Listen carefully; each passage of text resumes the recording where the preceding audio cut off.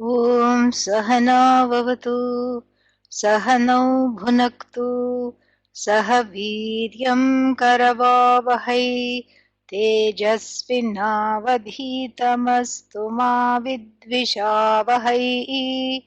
Om Shanti Shanti Shanti. We will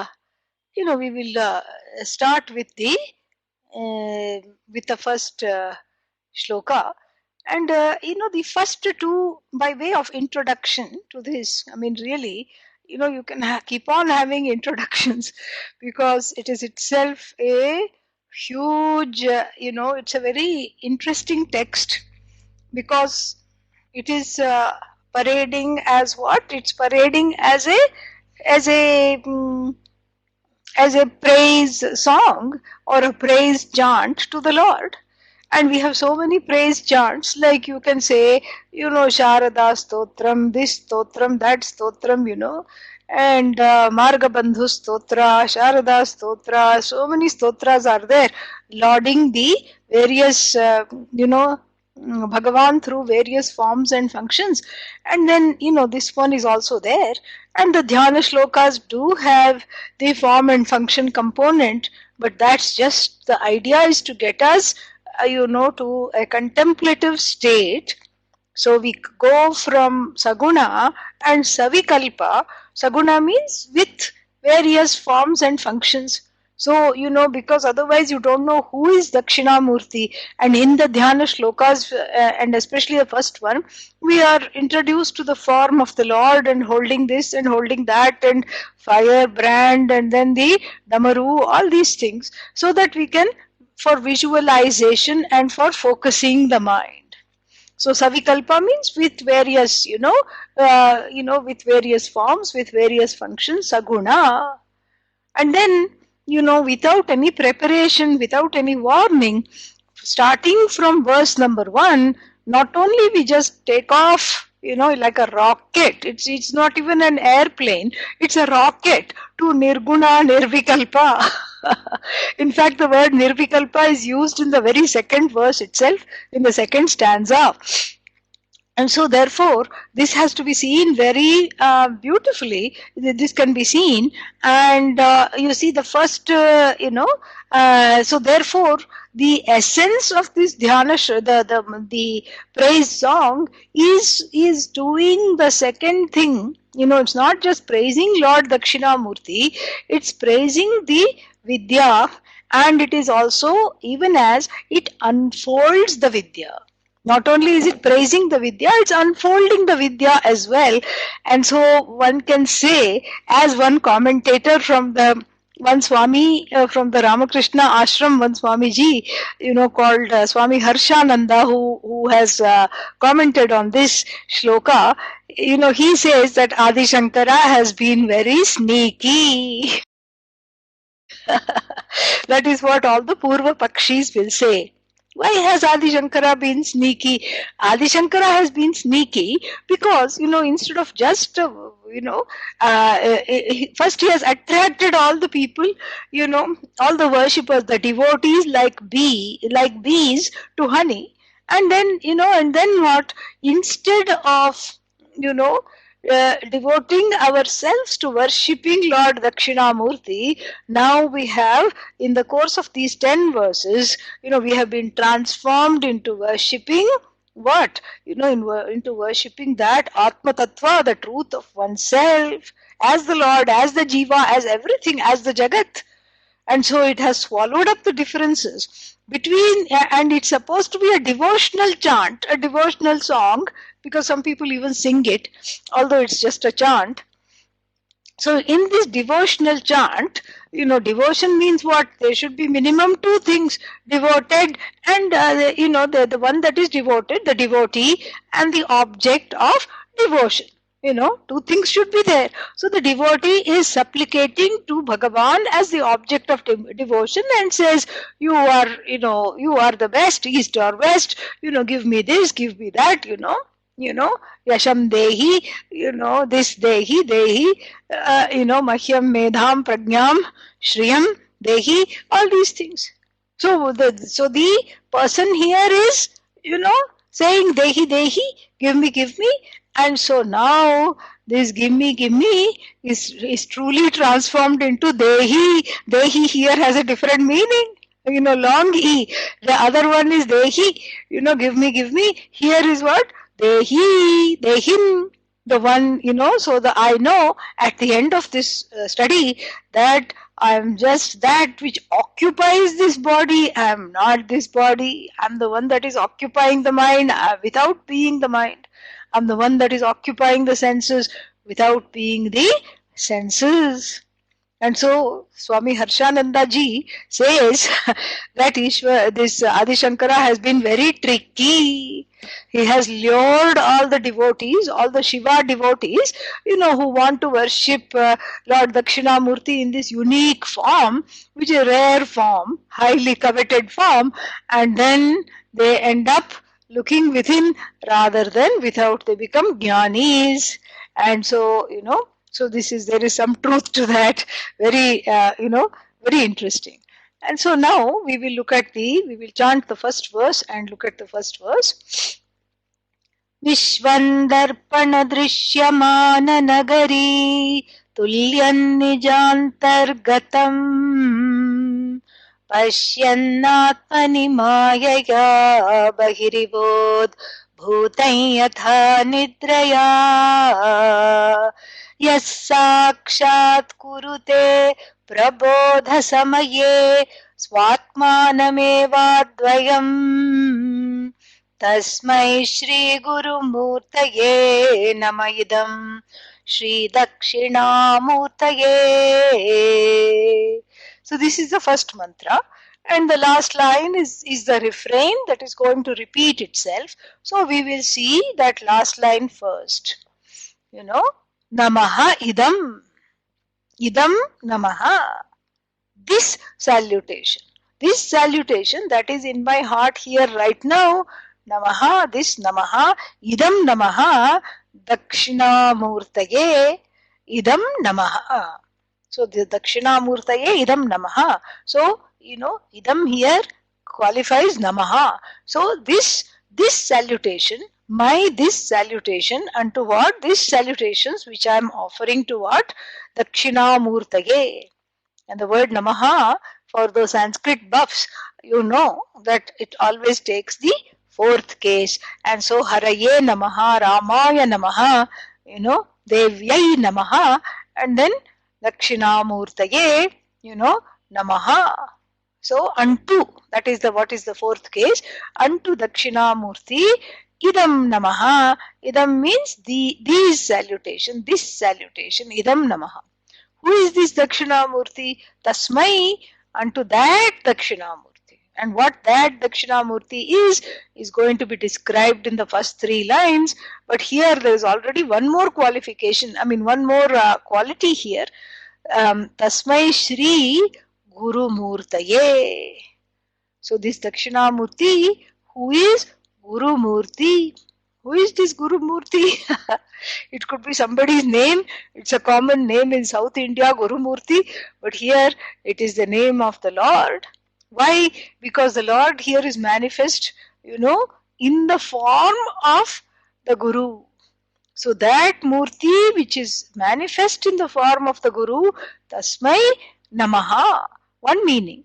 And then the second meaning is that, Adi Shankara is here in, because already it was said Dakshinamurtaye Namaha, and Dakshinamurti, as we know, is manifest as the Guru. We know that. Then why Guru Murtaye? Bhagavan Adi Shankara here is including Govinda Pada, his own Guru. So, because what is his own Guru? His own Guru is none other than Lord Dakshinamurti. That is the vision. That the Guru is none other than the Lord. Then what is the Shishya? Shishya is also none other than the Lord. What is the difference between Guru and Shishya? Guru knows, Shishya is in the process of knowing. That's all. There is no difference. Yeah. No difference between Guru and Shishya. The only difference is that, Guru knows and Shishya is in the process of unfolding this knowledge. with the help of the teacher. And so therefore, this, my teacher, my Guru Murti, who is not different from Lord Dakshinamurti, unto that Namaha. So this is a sign of emotional maturity on part of Adi Shankara, because what happens is that in the course of gaining the knowledge, the more one studies, the less one sees the teacher as a human being. This is the truth. Even though in the beginning, the human qualities of the teacher, whether it is some loving nature, like when we see, when we think of Pujya Swamiji, when I think of my Guru, all those things come. That loving nature, that loving glance, that all-encompassing attitude, that compassion, the way he lived up to his name totally. Daya, he was all Daya. And, that compassion, that living for the whole universe rather than oneself, and all those attributes attract in the beginning. But then what happens is, as one studies, those that need for those to hang on to those attributes slowly go. If they don't go, we have to help ourselves so that they go with the help of these kinds of shlokas, with the help of seeing what Lord Adi Shankara is able to see in his Guru. And so therefore, Acharya Devo Bhava doesn't mean that you transcend the quote unquote faults of the Guru and just see Bhagavan no matter how flawed the Guru is. That's not the idea. That's not the point even. The point is, for the Jignasu, the Jignasu has to learn to transcend the need for validation coming from the quote unquote human aspect of the teacher. The human aspect of the teacher is what? Is there to validate, is there to say, how are you? I haven't heard from you in a while. Where are you? What are you doing? Write to me, talk to me, come and see me. And then obviously the heart is very glad. Oh, the teacher reached out to me. That is wonderful. The teacher is reaching out to me. Usually the student should reach out to the teacher and say what is going on. But here the teacher is reaching out to me. This is great, great joy. And why does the teacher do that? To help you. To help you overcome whatever it is that one is going through, to help you do that. And then, but then what happens is that the human mind catches on to the Murta form of the Guru. That's why Dakshinamurte Amurte. Pujya Swamiji composed a song. Dakshinamurte, O Lord Dakshinamurti, whose essence is what? Amurtihi. Yeah, that is the whole idea. And it is a difficult step.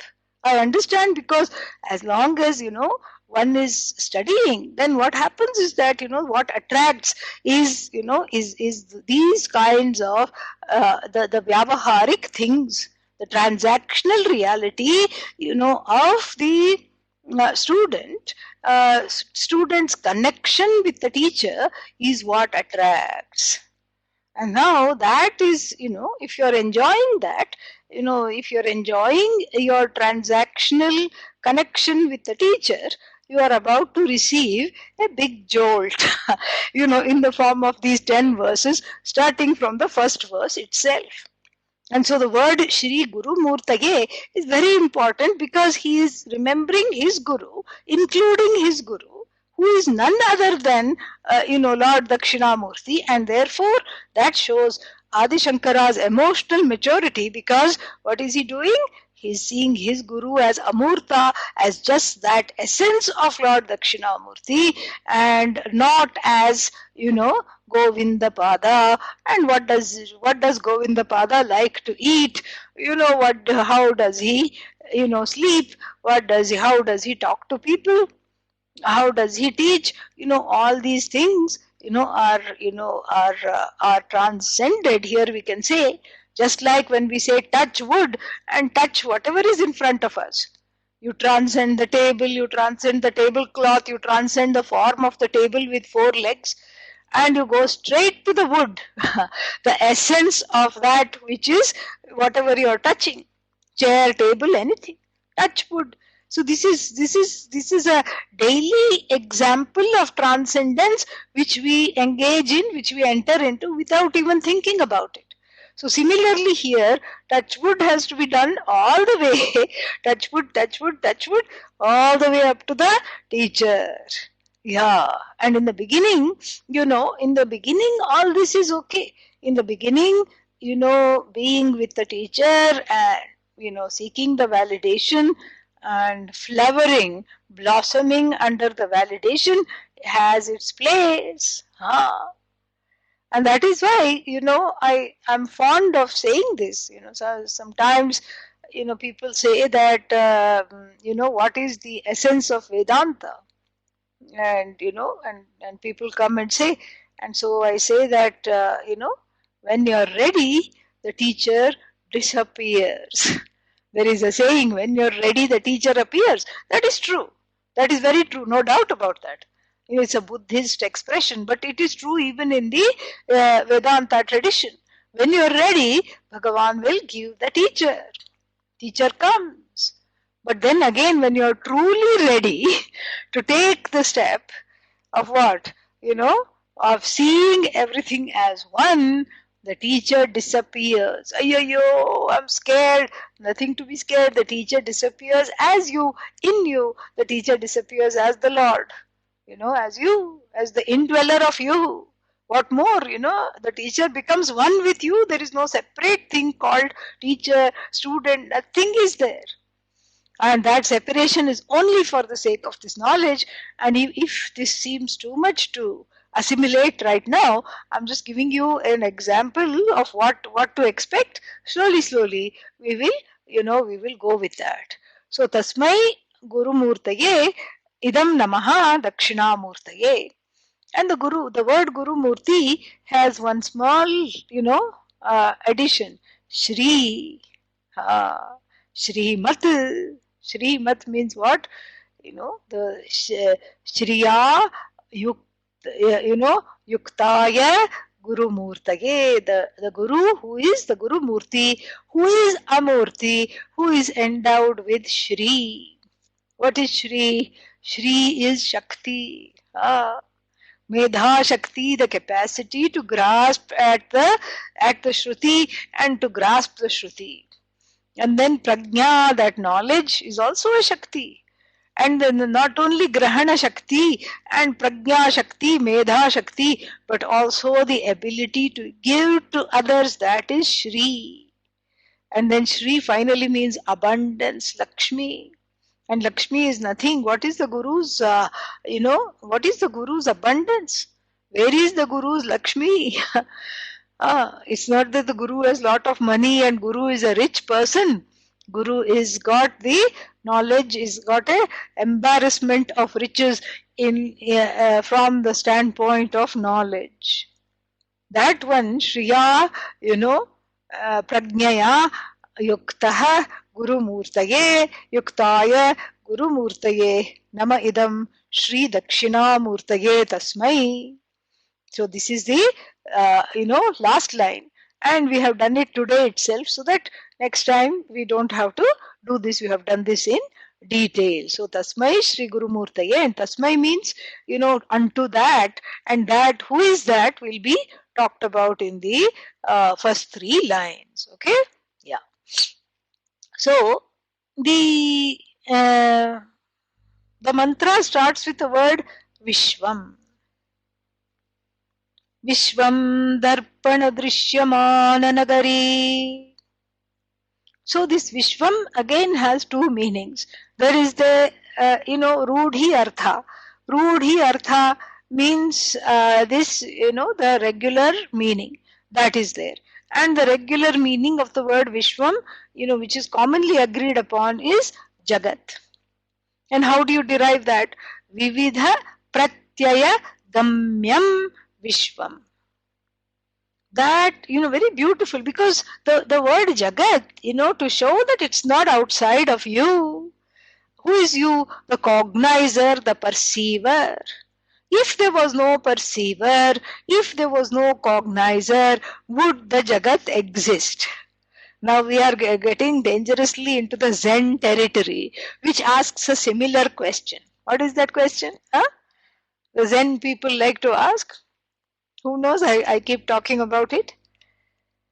If, does anybody know?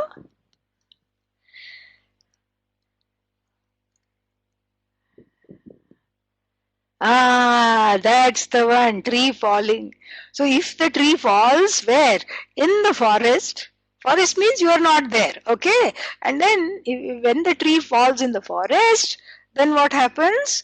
What happens to the tree falling in the forest? Are you, does it make a sound? Are, what kind of a question is it? In the beginning you can think, what kind of a question is it? And, does it make a sound? Of course it makes a sound. How can it not make a sound? Sound is, a law that something falls and then it is gravity and then all these things are there and it falls from that height and then it hits and then this is a law, of thermodynamics and all these things. So this is physics. So definitely it will make a sound. But then from physics to jump to Vedanta doesn't take too long. And what is that jump?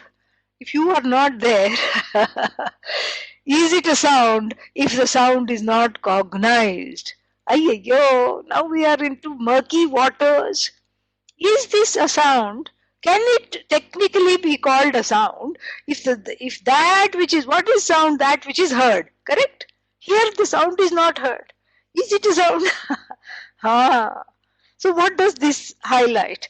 This highlights the fact that everything in this jagat, vividha pratyaya gamyam, cognized, vividha, many and varied, pratyaya, cognition. Vividha pratyaya gamyam, viśvaṃ. This is the definition of viśvaṃ, technically speaking. And it's in keeping with the rudhi artha. Rudhi means the customary meaning when we say viśvaṃ. So, this is the technical, meaning. Vividha pratyaya gamyam. Which brings us all back to you. You as the cognizer. And so here this is a very interesting question posed by Adi Shankara, when by using the word viśvaṃ right from the beginning to point to you. Usually what do? You point to the whole jagat as the cause of your problem. Yeah, I don't have shanti because of you. People like to say that. If you were not there, I would be a peaceful person. And what will the other person say? So this is what we are accustomed to. We are accustomed to giving the universe a reality that it simply does not have. And so by the first word itself, viśvaṃ, that reality is badly shaken, questioned and dismissed by the end of the third line. So this we are accustomed to seeing the world as the cause of the problems of the jiva. And so one is accustomed to that. And so much so that even after listening to Vedanta, during the class, everything is fine. I am in oneness. Everything is wonderful. Yeah, what spouse, what house, what this, what that, And then soon after the class, what? Eek, mouse, Immediately, what is that? Immediately that, that shanti goes. Why? Because one is not accustomed to looking at it this way. One is not been exposed to this knowledge. And then secondly, second reason is that because there are so many samskaras, habitual orientations, that one reacts out of habit rather than from the knowledge. For this reason, nididhyasana, or keeping on contemplating on the truth of oneself through this shloka, is advised. That's what I would also suggest, is that as we learn this, as we learn the meanings, just memorize the shloka, memorize the verse each day, memorize one verse, and then you can do that. You can just do that, and you can listen to the recording for the pronunciation, etc. If you have any problems, memorize the verse. So, and then the meaning will keep on seeing the meaning. We'll see that this word viśvaṃ, in that one word alone, what is given is the truth of whole Vedanta Shastra, which is what? Viśvaṃ means you. But how does viśvaṃ mean? I thought viśvaṃ means Jagat. I just told you. The Jagat is not able to cognize itself.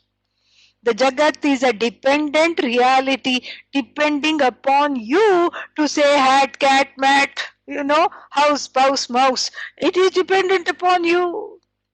There is no Jagat other than what you say. This exists. And that existence is the source of your existence alone. There is no other existence other than you. Ayyo, this is too much. It is needed. Because you know what? All these mantras that we have in all the Vedanta Shastra, even the Upanishads talk about this. But they pamper. They pamper us. Yeah. Because they don't want to shock us too much.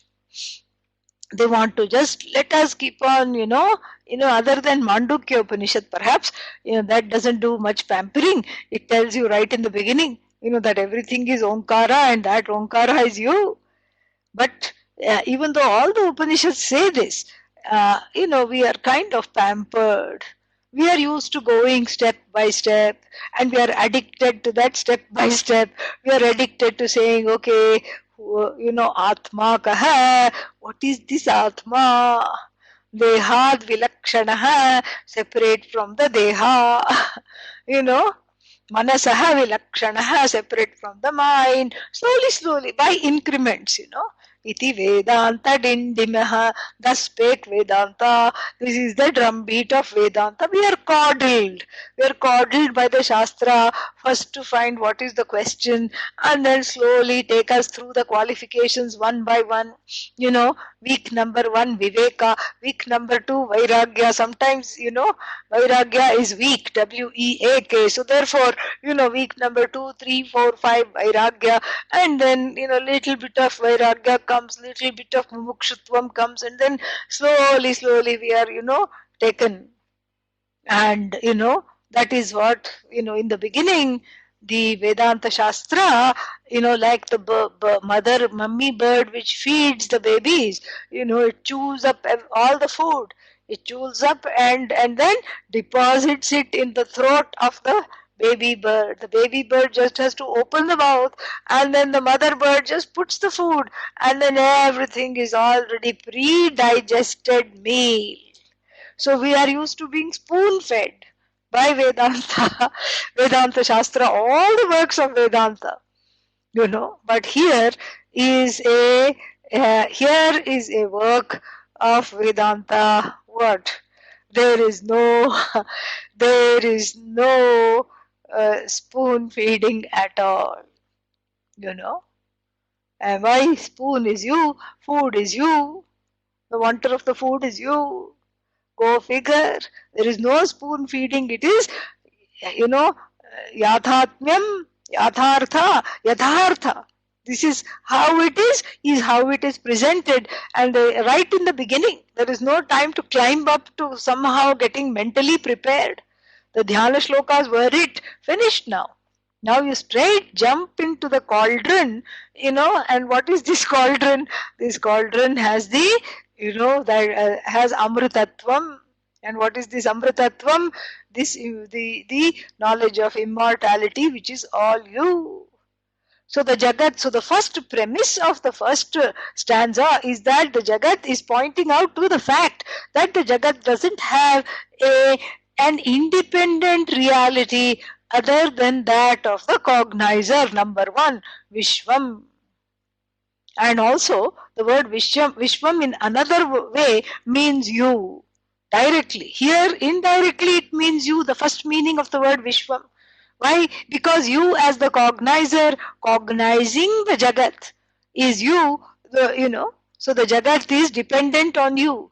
But the second meaning of the word viśvaṃ here means, is a technical term. Doesn't have to do with the customary meaning or the grammatical meaning.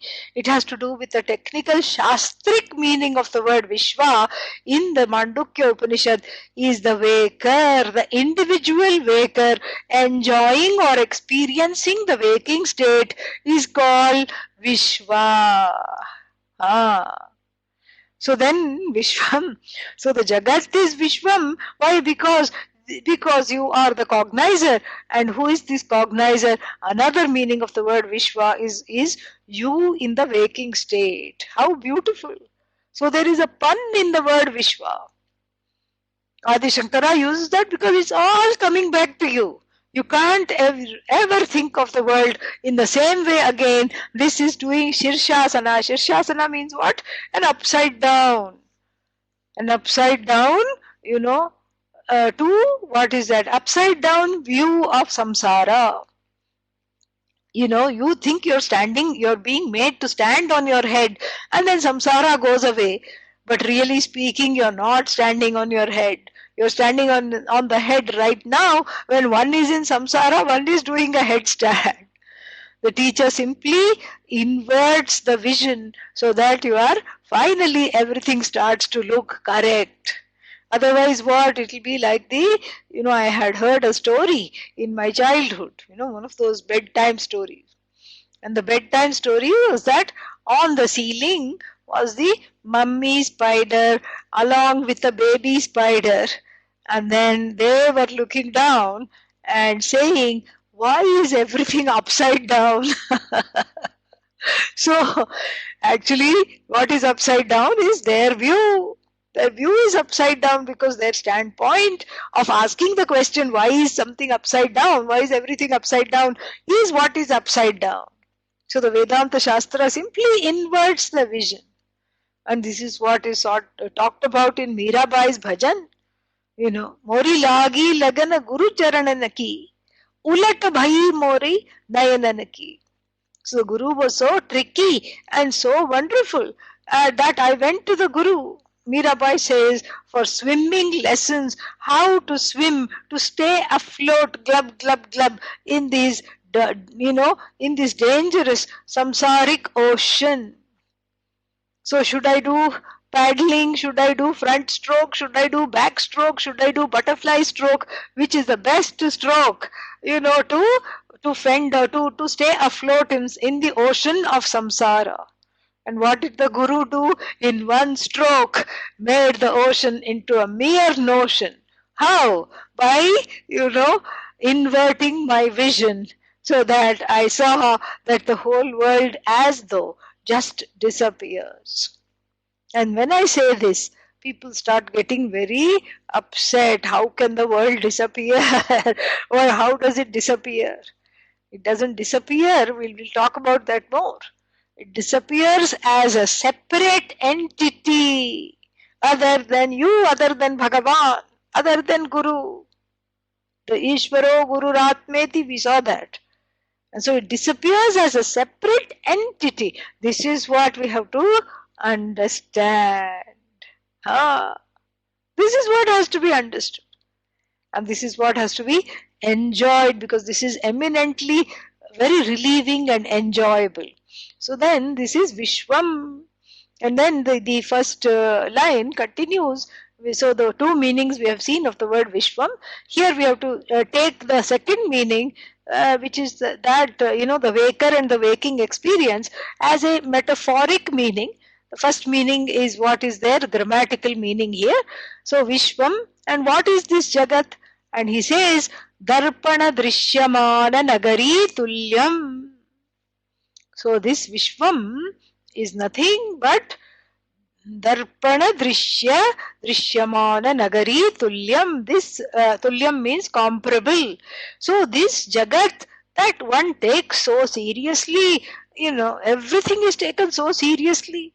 And this Jagat is nothing but that which is comparable to the, to that, Drishyamana Nagari Tulyam, to a world being seen in the mirror.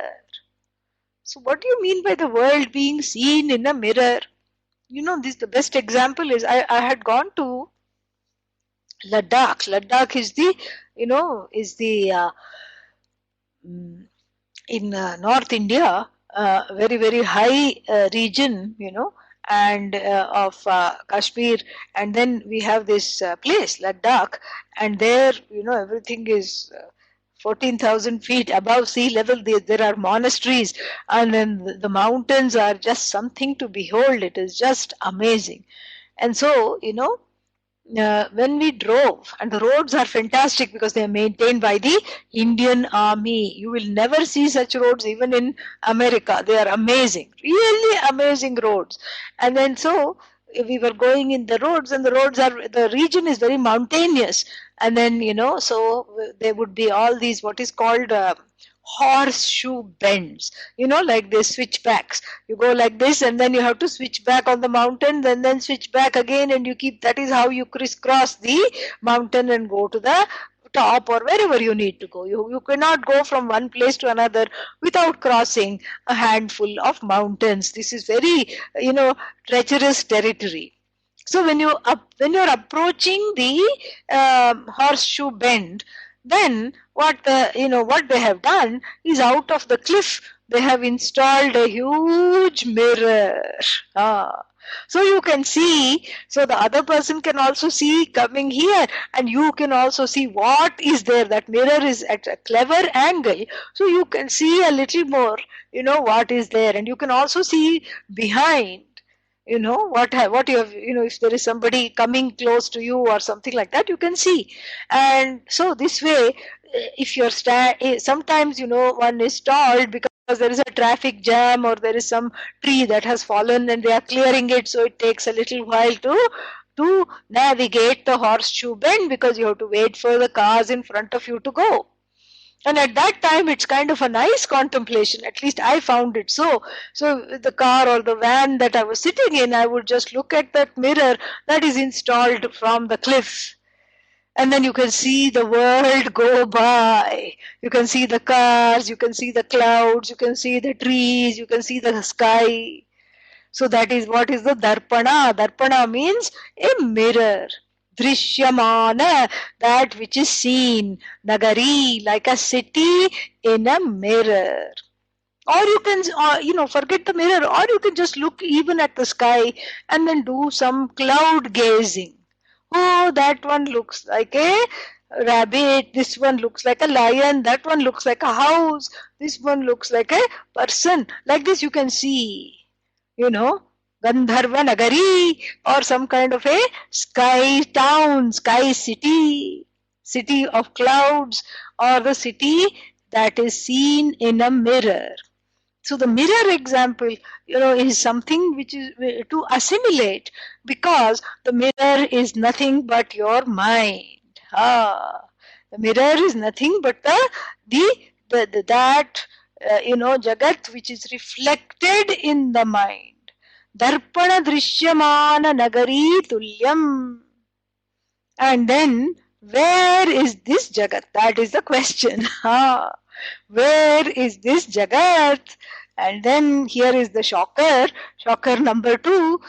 First, the Jagat is all dependent on you. Shocker number 1. Shocker number 2. Niji Antargatam viśvaṃ. Antargatam is that which is within. Ayyayo. That which is within. And antargatam, niji, within what? Nija antargatam, within you. Nija means, swasmin, atmani, antargatam, which is not outside of you. Shocker number 2. OMG. That's all you can say. Yeah. Not only is the Jagat dependent upon you for naming it and cognizing it, and this most people can assimilate because you see the truth of it.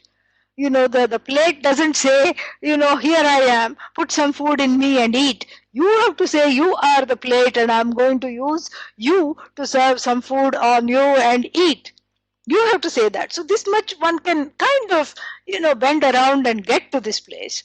But Adi Shankara is not being satisfied that this is enough.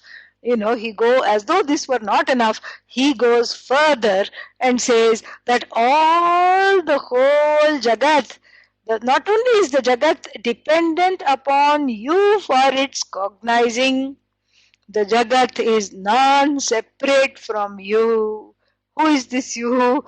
Chaitanya Atma, you. What is this Chaitanya? The Jagat is as good as awareness, consciousness. First, so at least he helps us to go in stages for which we have to be thankful. What is the first stage? Number 1, the Jagat is dependent upon you means what? You as the cognizer. What is the cognizer? The truth of the cognizer is pramata. What is the pramata? The content of the pramata is consciousness. Pramata is consciousness, correct? Consciousness means I am aware of the plate, I am aware of the spoon, I am aware of my cup, correct? So if I say this is cup, then who is it saying that? Oh, I am saying that. Who is this I? The same I that says I exist is the same I that says the cup exists, correct? So the existence of the cup is cognized by which awareness? Is the same awareness that is self-existent, that is cognizant of its own existence, right? And so when I say this is cup, there is the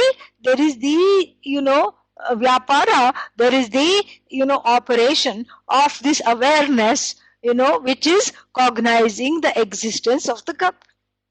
And so point number 1 is that the cup doesn't have an existence of its own. Why? Because it's entirely dependent upon the cognizer. What is the content of the cognizer? Consciousness, awareness. So the cup is dependent upon awareness in order to be cognized. And who is the cognizer? The self-aware cognizer who cognizes himself, herself, and to whom everything becomes evident. So the self-evident I cognizes the cup, and cognizes everything, all the vastus, all the things in the universe. Correct? So this is point number 1.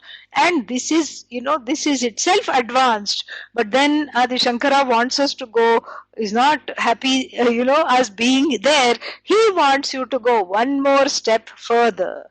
And what is that step further?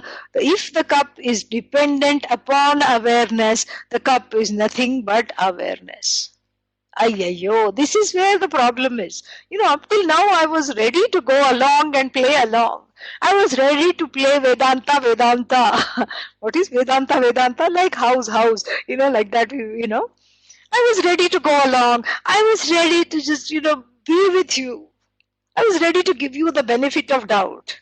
But this is too much. Cup is nothing but awareness. Then why does it have this form with a handle that I can hold? That is the fun. That is the fun. It has name and form. It has word and meaning. Why? So you can enjoy it. So you can use it. It has form, it has function, it has name. But the content of it, the truth of it, is nothing but an extension of your own awareness. So the whole Jagat is like that, yes. So my body is also awareness, yes. The body is awareness. Your body is non-separate from consciousness. Awareness is consciousness. And then, what is mind? Mind is nothing but consciousness.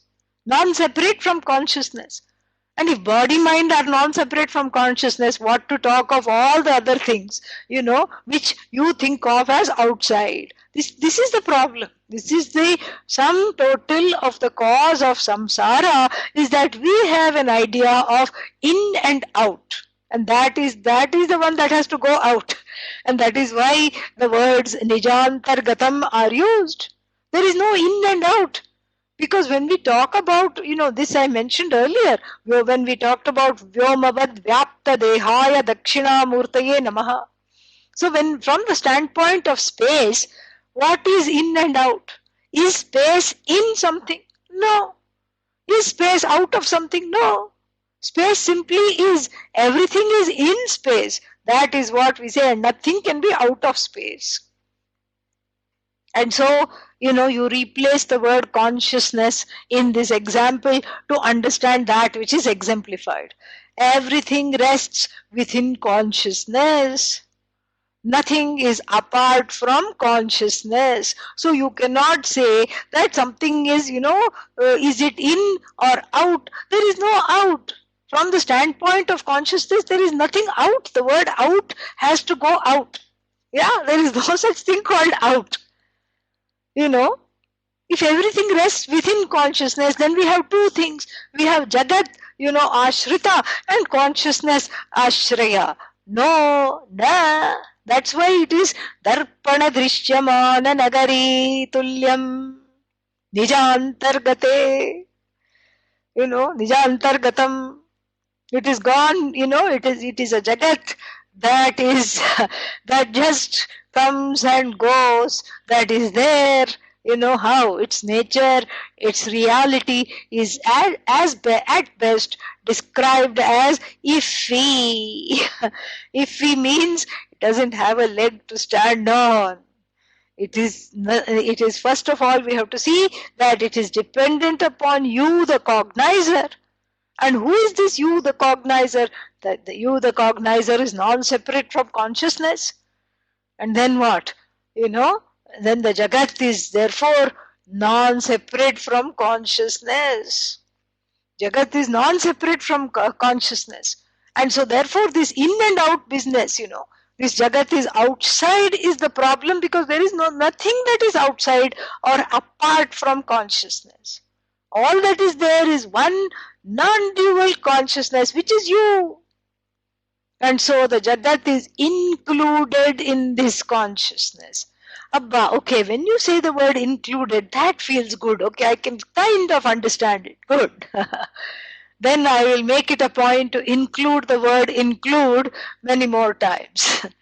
So the Jagat is included in consciousness. And that consciousness is experienced how? As I. And so this Jagat, which I was accustomed to seeing as that is nothing other than I.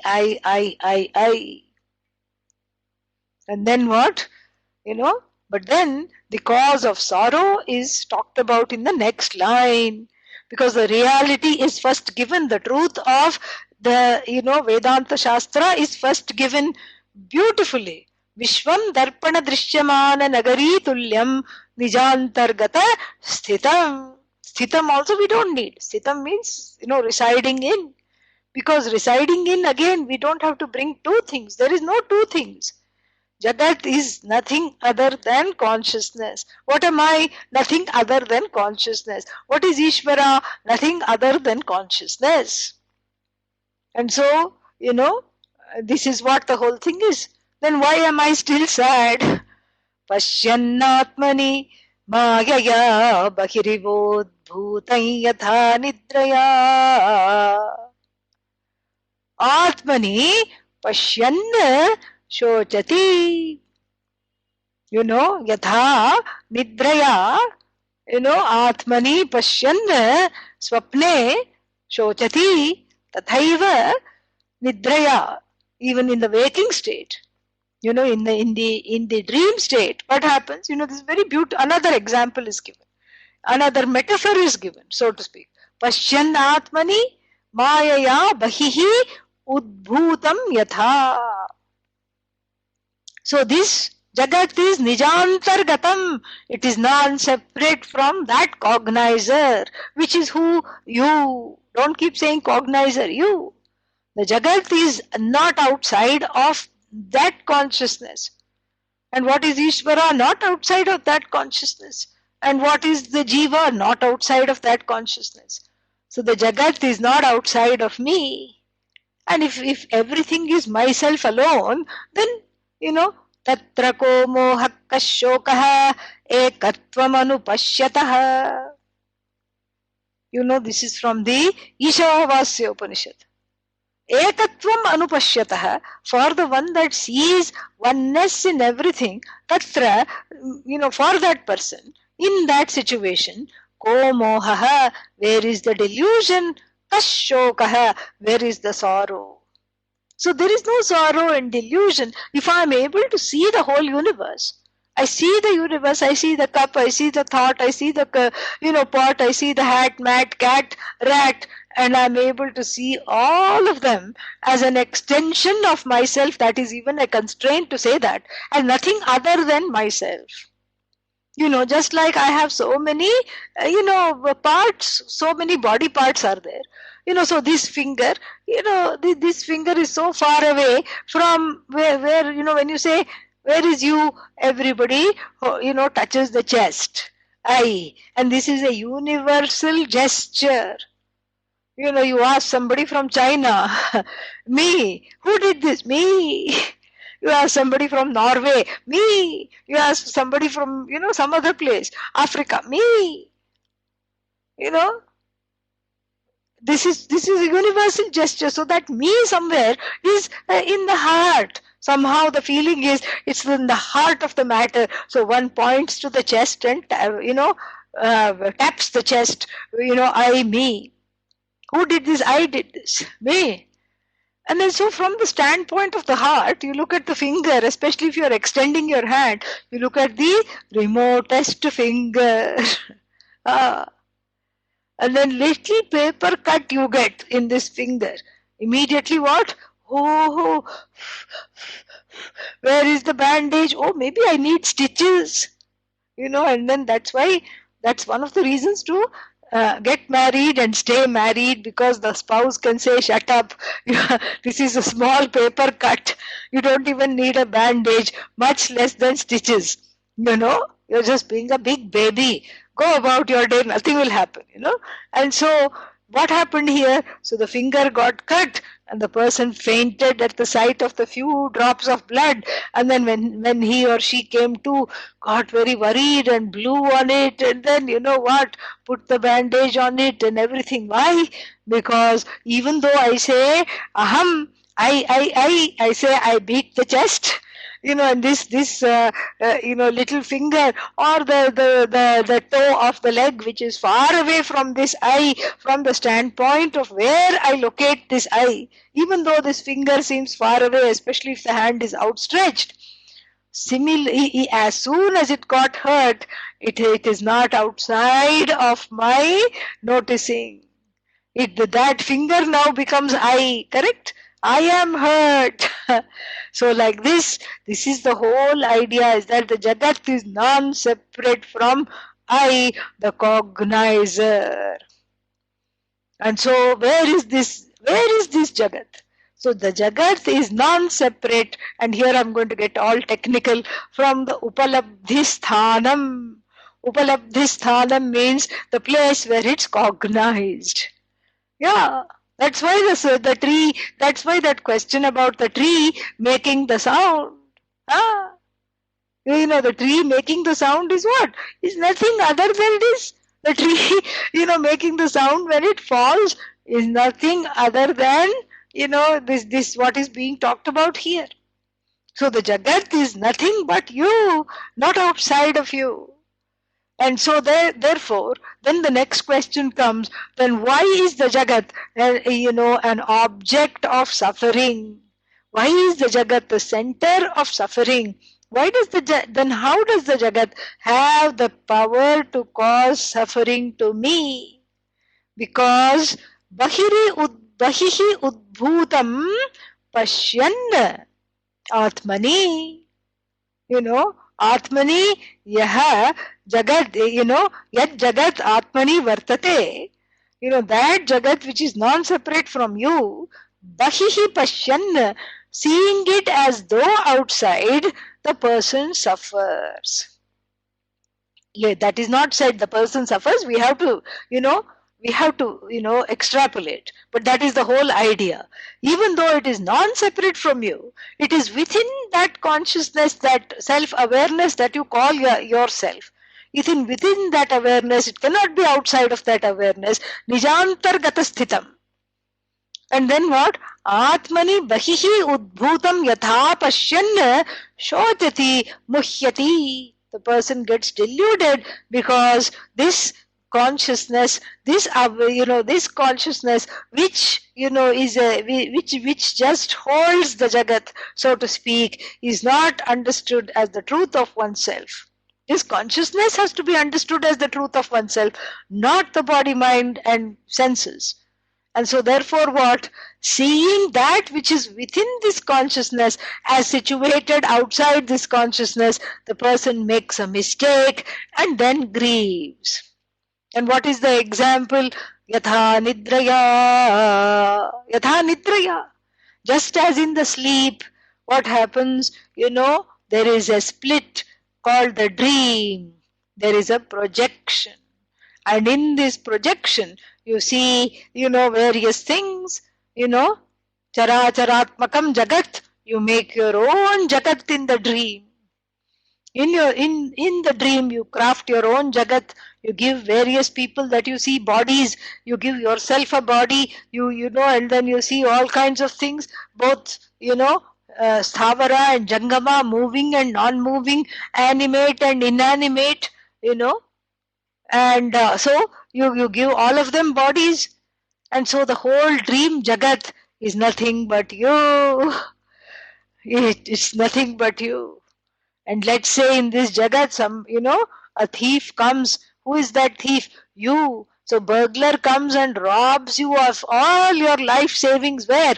Thank God, only in the dream, not in the waking. In the dream, the thief catches hold of you, beats you up in the dream, takes the key from your house. Here you are standing in front of your house trying to unlock it.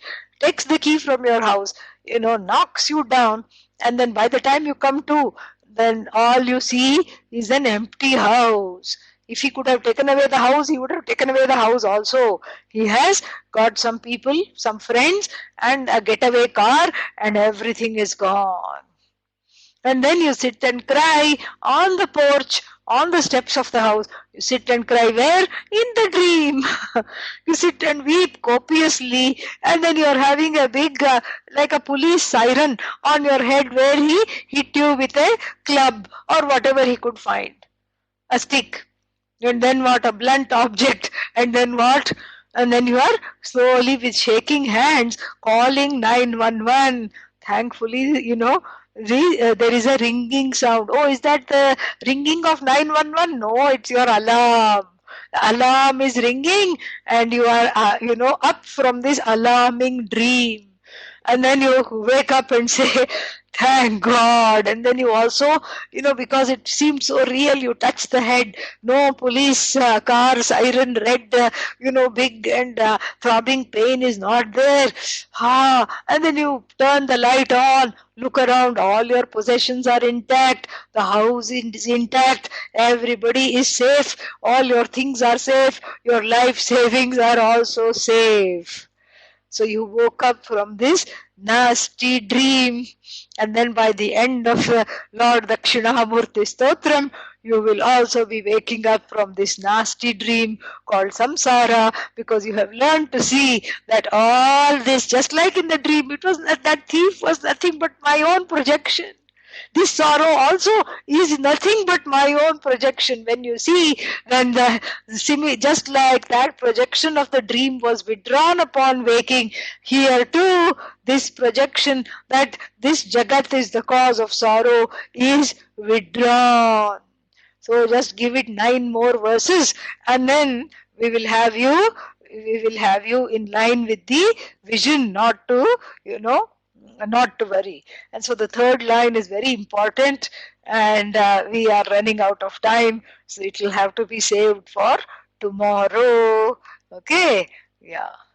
Om Purnamadah Purnamidam Purnat Purnamudachyate Purnasya Purnamadaya Purnamevavashishyate. Om Shanti Shanti Shanti. Harihi Om Shri Gurubhyo Namaha. Harihi Om.